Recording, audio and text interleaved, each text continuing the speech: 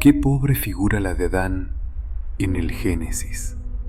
Apenas un personaje secundario, perdido por la presencia avasalladora de Yahvé, que se reserva el papel de verdadero protagonista. Dios crea, da el ser y la vida. El hombre, en cambio, solo habla, como si repartiera etiquetas sobre las cosas que le son presentadas. Un diccionario sin definiciones, una lista interminable de sustantivos, el discurso menos apasionante del mundo. Y sin embargo, Adán parece satisfecho de sí mismo. Presume de que la mujer haya sido sacada de su costado, como si ese gesto divino lo engrandeciera. Pero sigue siendo ingenuo, casi bobo, incapaz de advertir que está desnudo, ni de comprender lo que ese cuerpo suyo puede significar. Incluso muestra cobardía. No tarda en acusar a Eva cuando llega el momento de dar cuentas. Nada en él resulta admirable, ni imponente, ni seductor. Pobre Eva, qué aburrimiento debió de ser vivir junto a semejante impasible distraído. Por fortuna, en medio de tanta monotonía, había un árbol prohibido y misterioso, resplandeciente en su tentación, y aquella serpiente hábil y provocadora. Porque, al fin y al cabo, el conocimiento del bien y del mal se anuncia mucho más emocionante que la tediosa tarea de nombrar criaturas. Perdón por hablar sin consideración, pero lo cierto es que Adán no tiene nada de santo ni de sagrado. La Iglesia, es verdad, celebra a un San Adán, pero no se trata del personaje del Génesis, el Adán bíblico, si le concedemos existencia fuera del mito, algo que la paleontología pone en duda. No es más que un hombre y un pecador, como cualquiera de nosotros.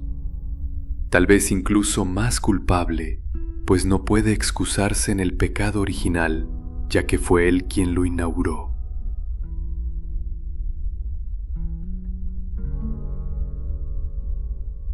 Conviene entonces intentar comprenderlo.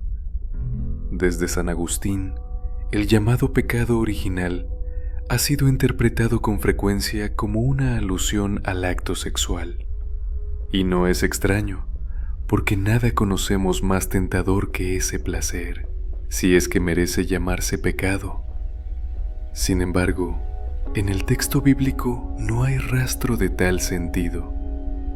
Lo que aparece de manera explícita es el árbol del conocimiento del bien y del mal. ¿Por qué está prohibido comer de él? La explicación de Dios suena más a amenaza que a argumento. El día en que lo comas, morirás.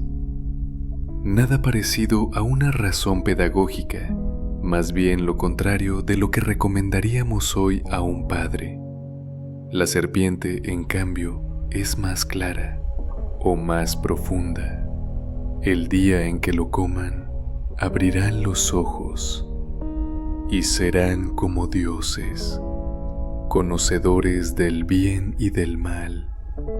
Y curiosamente, la Biblia de Jerusalén le da la razón.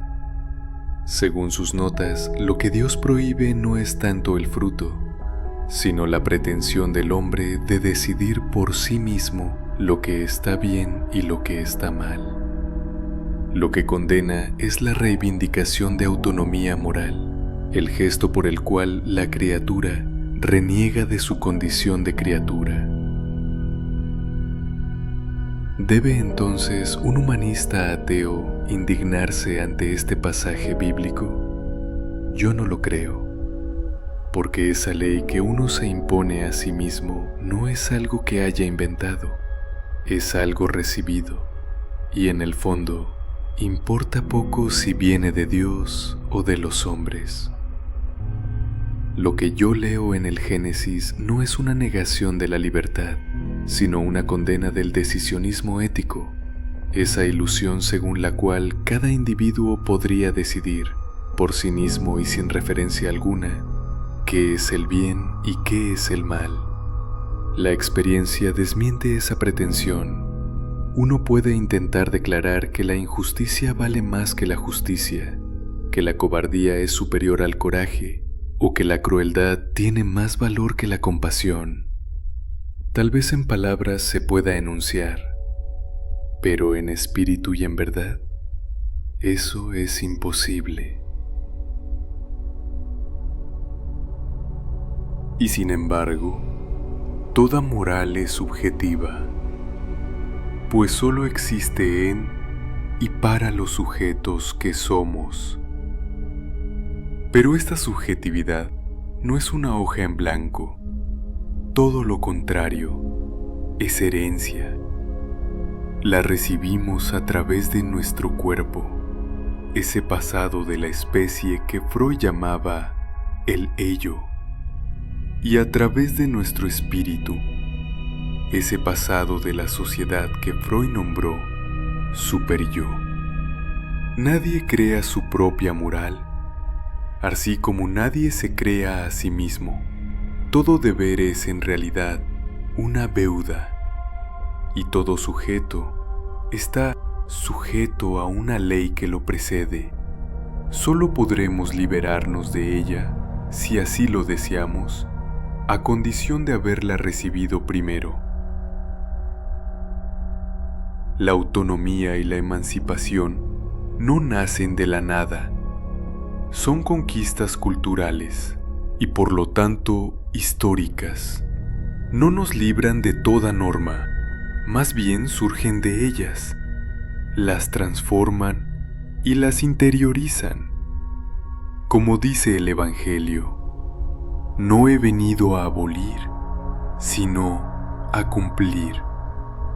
Esa es nuestra condición y en cierto sentido, también nuestra misión.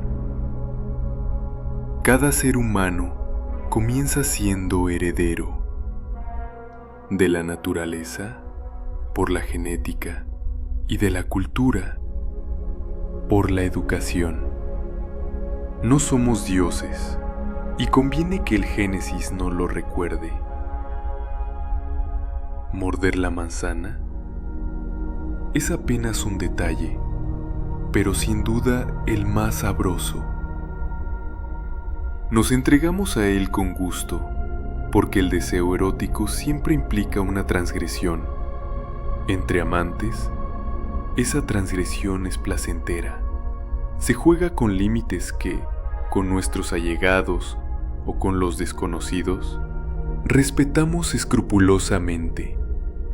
Así somos, animales morales, y por eso mismo, animales eróticos. La transgresión es posible solo porque hay ley, y nunca puede abolirla del todo. No somos bestias, ni somos dioses, y habría que ser tan ingenuo como Adán para lamentarlo.